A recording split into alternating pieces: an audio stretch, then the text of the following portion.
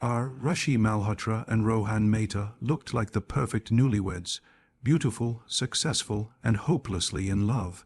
But just 3 days after their grand wedding, police found Rohan and his secret lover dead in a rented apartment, and Aarushi calmly sitting at home, her bridal bangles still stained with blood. What began as a dream marriage turned into one of India's most shocking crimes, a story of betrayal, obsession, and a bride's deadly revenge. The wedding of Aarushi Malhotra and Rohan Mehta was the kind of celebration that made people believe in fairy tales. The venue glimmered with gold drapes and strings of jasmine flowers, the air filled with laughter, music, and the fragrance of perfume and rose petals. Guests whispered that it was the most beautiful wedding they had ever seen, a perfect match between two well-known families of Pune. Aarushi, at 29, was admired for her grace and intelligence. She had worked as a fashion consultant and carried herself with a quiet confidence that drew people's respect.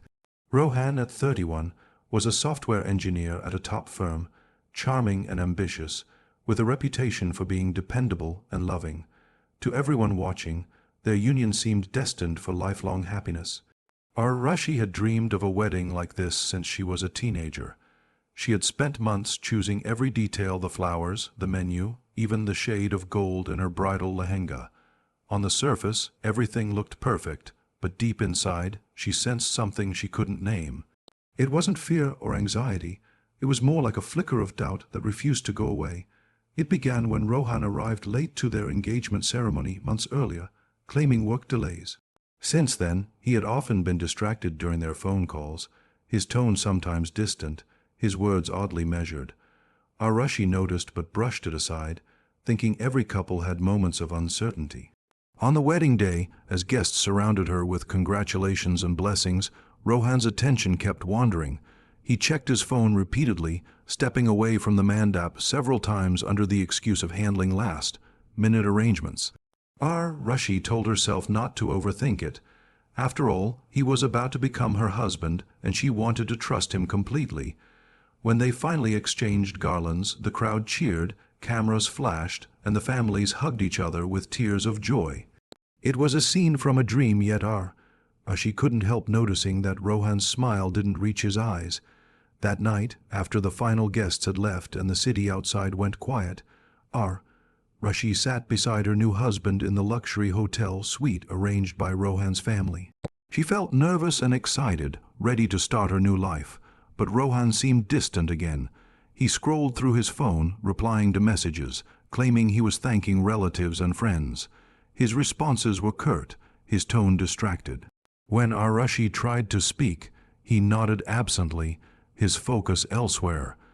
The night ended with an uneasy silence between them, and she convinced herself he was simply exhausted after days of wedding rituals. The next morning, Rohan left early for what he called a work emergency. Aarushi stayed behind, surrounded by half-open suitcases, scattered jewelry boxes, and leftover gifts from guests. She scrolled through her wedding photos on her phone, pictures of her smiling, of Rohan standing proudly beside her, and tried to hold on to the happiness she thought she should feel. Everyone around her said she was lucky to have married such a successful man. Her parents had adored Rohan's calm manners and stable career. Her friends envied her life, but Aarushi couldn't ignore how cold his messages sounded when he texted her that afternoon. His words were polite but distant, like those of a stranger. She pushed away her unease, reminding herself that adjusting to marriage took time. That evening, she waited for him to return home for dinner, lighting candles on the table and preparing his favorite food with the help of the house staff. But the food went cold on the plates. Rohan never came home that night. The following day, he apologized casually, saying he had stayed with a friend because of late meetings. Aarushi smiled and accepted his words, pretending everything was fine. Yet something inside her cracked that day, something quiet but deep. She began to watch more closely, noticing the calls he avoided taking near her, the faint scent of perfume that wasn't hers lingering on his jacket, the subtle indifference in his tone whenever she spoke of their future. 3 days later, that same feeling of doubt would transform into a storm of betrayal. What began as a perfect wedding would soon become a story that the city of Pune would never forget, a story where love turned into fury, and a bride once praised for her beauty and grace would become known for something far darker. The third morning after the wedding began with silence. The golden glow of the sun slipped through the curtains of Aarushi's new apartment, but it didn't bring the peace she had imagined. She woke up alone again. The pillow beside her was cold, untouched. Rohan had already left before dawn, leaving only a message on the bedside table that read, "Meeting with a client, back by lunch." There was no smiley face, no affectionate word, not even a hint of warmth. Just a plain note, written hastily, as if she were a roommate and not his wife of 3 days. Aarushi tried to distract herself. She made coffee, unpacked her clothes, and started arranging their wedding gifts. But her mind kept circling back to that note, to his restless behavior since the wedding. She opened her phone, hoping to see a loving message, but there was nothing. Instead, she noticed that Rohan had been online several times in the early hours of the morning. The thought lodged itself in her mind like a splinter she couldn't remove. When she sat on the couch and glanced at his laptop resting on the table, curiosity got the better of her. Rohan had always been protective of his devices. He never left his phone unlocked, and his laptop always had a password. But today it was open, humming quietly. Aarushi hesitated for a moment, her heart pounding, then she clicked the screen. His email was open. At first, it looked ordinary: work messages, project updates, client correspondence. But then she noticed a folder titled Personal NK. Her fingers trembled as she opened it. Inside were dozens of saved emails and photos. Her breath caught as she read the first one, a message sent weeks before their wedding. The subject line read asterisk, "I can't wait to be yours again." Asterisk, the words inside were even worse. "I hate pretending." Rohan had written, "This wedding means nothing. You know it's just for my parents. Once it's done, we'll find a way to be together again." Aarushi's world tilted. Every sentence cut through her like glass. The NK he mentioned, she quickly realized, was asterisk asterisk Nisha Kapoor asterisk asterisk, the young event planner who had managed their wedding. Aarushi remembered her well, graceful, confident, with an easy smile. Nisha had been at every pre-wedding meeting, guiding Aarushi through decorations, menus, and color themes. She had even stood beside Aarushi during the Mehndi ceremony, complimenting her jewelry and laughing warmly. Aarushi had trusted her, even confided in her about wedding nerves. The next few files made her stomach twist. Photos of Rohan and Nisha together at restaurants, at the beach, in hotel rooms. One image had been taken just a week before the wedding, both smiling, his arm around her shoulders. In another, Rohan wore the same shirt he had on during their final pre-wedding family dinner. The timestamps told their own cruel story. Rohan hadn't just cheated.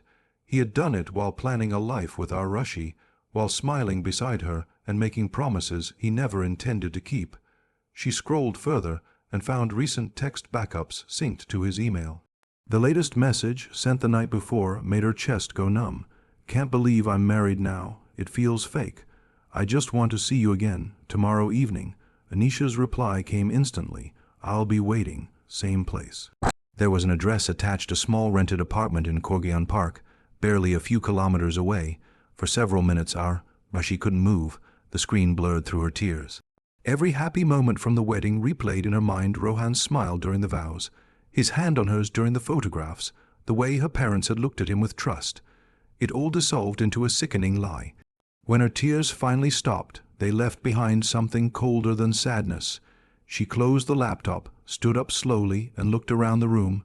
Every gift, every card that said congratulations, suddenly felt like a mockery. Her wedding bangles clinked softly as she pressed her hand to her mouth, trying to silence the scream building inside her. That afternoon, she went through the wedding album once more, but this time her eyes lingered not on her own face, but on Nisha's, visible in the background of so many photos, smiling quietly, standing close to Rohan. It was all there, hidden in plain sight. The betrayal had begun long before Aarushi said "I do," And as the sun dipped behind the buildings that evening, she made a silent vow not of love or forgiveness, but of retribution. What she didn't know yet was how far her rage would take her, or how that single moment of discovery would set into motion a series of events that would end in blood. 3 days of marriage had been enough to destroy everything she believed in, and soon it would be enough to destroy Rohan and Nisha too. The hours after Aarushi discovered the affair felt like she was living inside someone else's life. Everything appeared ordinary around her, the ticking clock, the hum of traffic, the faint chirping of birds outside, but nothing felt real anymore. She sat on the couch, staring at the wedding photograph hanging on the wall. It showed her and Rohan holding hands, garlands around their necks, smiling at the camera. It was supposed to capture love and happiness, but all Aarushi saw now was deceit carefully wrapped in silk and gold. She thought about confronting him, about screaming and demanding answers, but what would that change? He had already made his choice. He had chosen lies over loyalty, pleasure over respect. The humiliation of it burned deeper than the betrayal itself. Everyone in her family had trusted him. Her father had spent his life savings on that wedding. Her mother had wept with joy when Rohan had promised to take care of her daughter forever. And now, just 3 days later, Aarushi realized that forever had been an illusion. That night, she barely slept. Every time she closed her eyes, she saw Rohan's hands on Nisha, his lips whispering the same words he had once told her. The images played in her mind again and again until the anger started to harden into something steady, something that no longer felt like pain but purpose. She had been raised to believe that betrayal could be forgiven, that dignity came from silence. But this betrayal wasn't something she could live with. It had stolen her peace, her self-respect, and the very meaning of love. By morning, she was naturally calm. She showered, dressed neatly, and made tea. She even called her parents, pretending everything was fine, her voice smooth and cheerful. But beneath the polite words, a quiet storm was forming.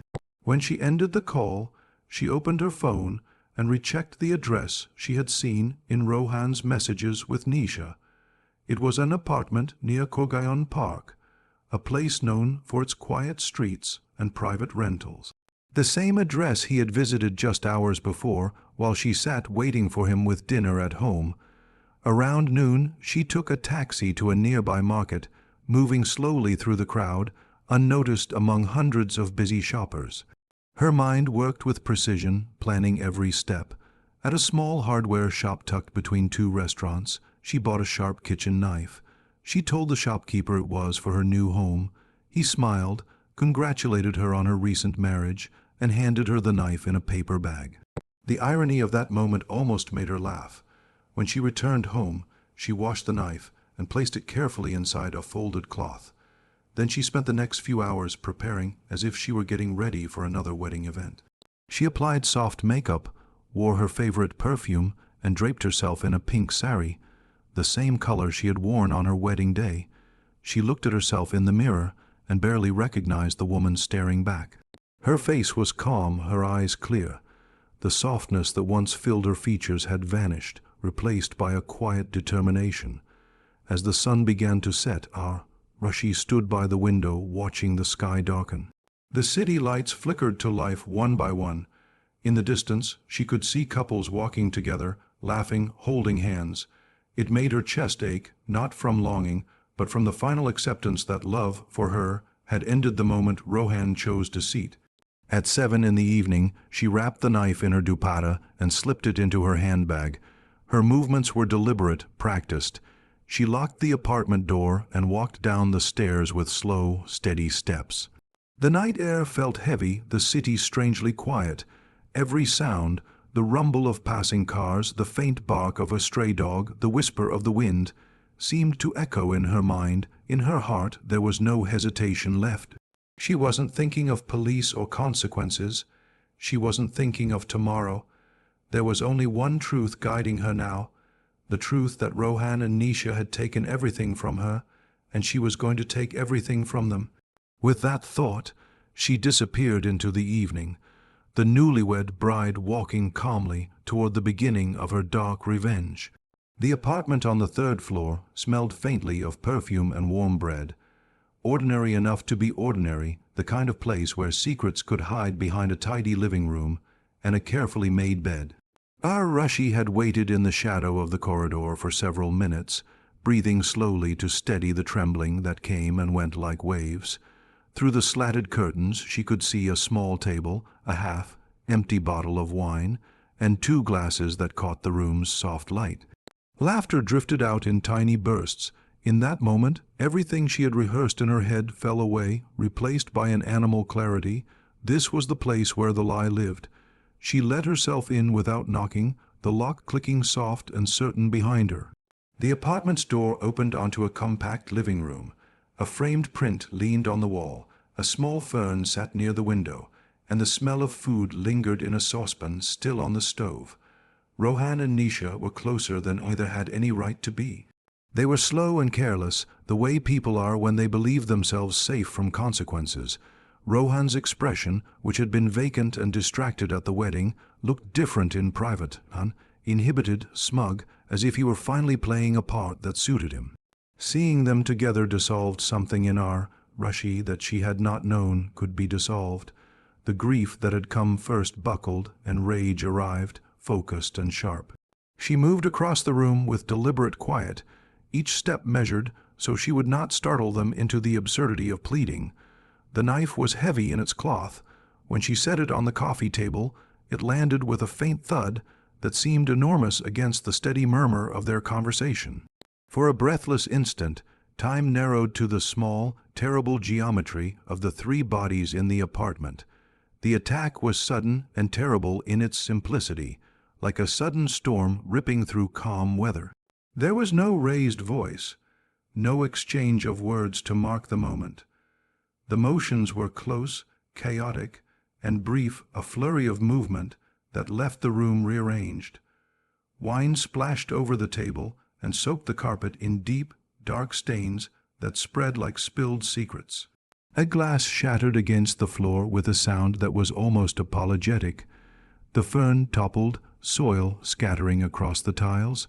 For the neighbors who would later remember the night, the most ordinary sounds, the clink of glass, the muffled thump of weights against wood became data, points in a later reconstruction of something they could not have imagined in real time.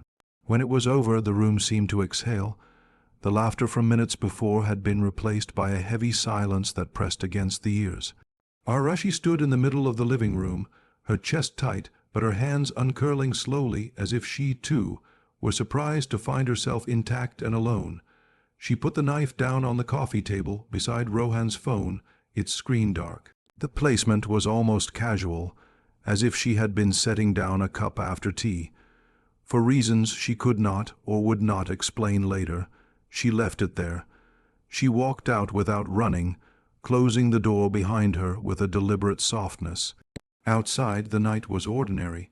A scooter idling at the curb, 2 lights in an upstairs window, the distant wail of a siren that could have been for any of 100 city needs. A man walking his dog passed without slowing. A streetlight fuzzed the pavement into a wash of yellow.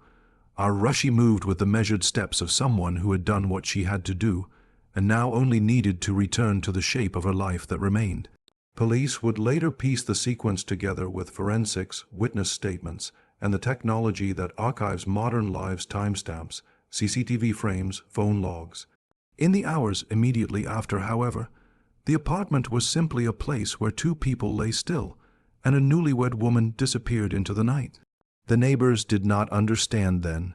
They only remembered an unfamiliar woman leaving, calm and composed, her sari catching the streetlight as she crossed the road.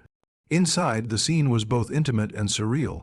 An overturned vase, a smear of wine, the faint blue glow of a television still playing a paused song.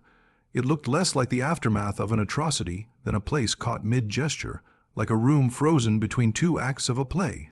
That incongruity would haunt investigators and gossipers alike, how ordinary domestic details could form the backdrop to such a decisive rupture. For Aarushi, there was no triumph in that stillness, only a hollow verification. The betrayal had been confirmed, and the choice she had made would echo far beyond the small apartment's four walls. By morning, the entire city seemed to know her name.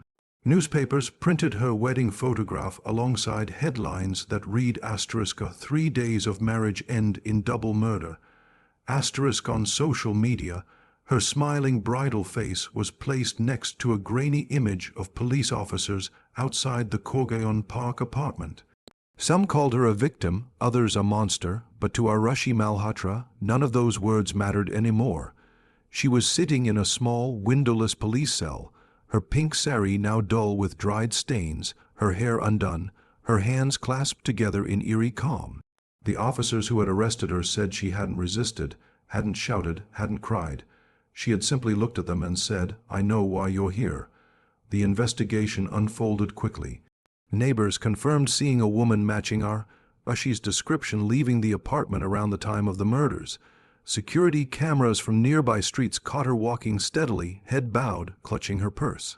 Police tracked her to her own apartment later that night. The knife was gone, but traces of blood were found on the edge of her sari. When questioned, she confessed without hesitation. She spoke slowly, clearly, as though recounting something that had happened to someone else. There was no anger left in her voice, only a cold exhaustion. The officers listening to her felt an uneasy mix of pity and disbelief. They had heard every kind of crime story before: jealousy, greed, revenge, but rarely did they encounter someone who confessed with such calm detachment. She didn't ask for a lawyer, didn't cry for mercy. When the police chief asked her if she regretted it, she replied that regret was only for those who still hoped for happiness. During the trial, the courtroom overflowed with spectators. The story of the 3-day bride became a national obsession. Aarushi appeared each day in a plain white salwar, her expression composed, her eyes hollow. The prosecution described the crime as premeditated, a deliberate act of revenge. The defense tried to paint her as emotionally shattered, temporarily insane from betrayal. But what truly stunned everyone wasn't the brutality of the act. It was the evidence uncovered by the investigators midway through the trial. The police had recovered Nisha Kapoor's phone, which contained a series of strange text messages sent from an unknown number weeks before the wedding. The messages warned Nisha that Rohan might be using her, that he was not serious about leaving Aarushi. They appeared to come from a friend of Rohan's, urging her to be careful. After tracing the number, detectives found that it had been registered under a fake name with an ID photo that didn't exist. The SIM card, however, had been purchased from a small shop near Aarushi's workplace. Forensic experts later proved what the police had begun to suspect: the fake messages had been sent by Aarushi herself. Long before the wedding, she had already sensed that something was wrong. She had tested her fiancé's loyalty by creating a fake identity, hoping to expose the truth before marriage. When she received no confession and no proof, she decided to marry him anyway, waiting for the truth to reveal itself. It had taken only 3 days. When this revelation came to light, the courtroom fell silent. It was no longer a story of sudden rage. It was a story of quiet calculation, of a woman who had planned her revenge in silence while smiling through her wedding ceremonies. The judge described her as a woman driven not by madness, but by an unbearable sense of betrayal that consumed reason. The final verdict sentenced her to life imprisonment. In prison, Aarushi became a figure of fascination. Journalists requested interviews, activists debated her case, and some sympathizers called her an example of how emotional betrayal could destroy even the most disciplined mind. She refused all media contact. Her cell remained sparse: just a bed, a few books, and a single photo frame resting on the table.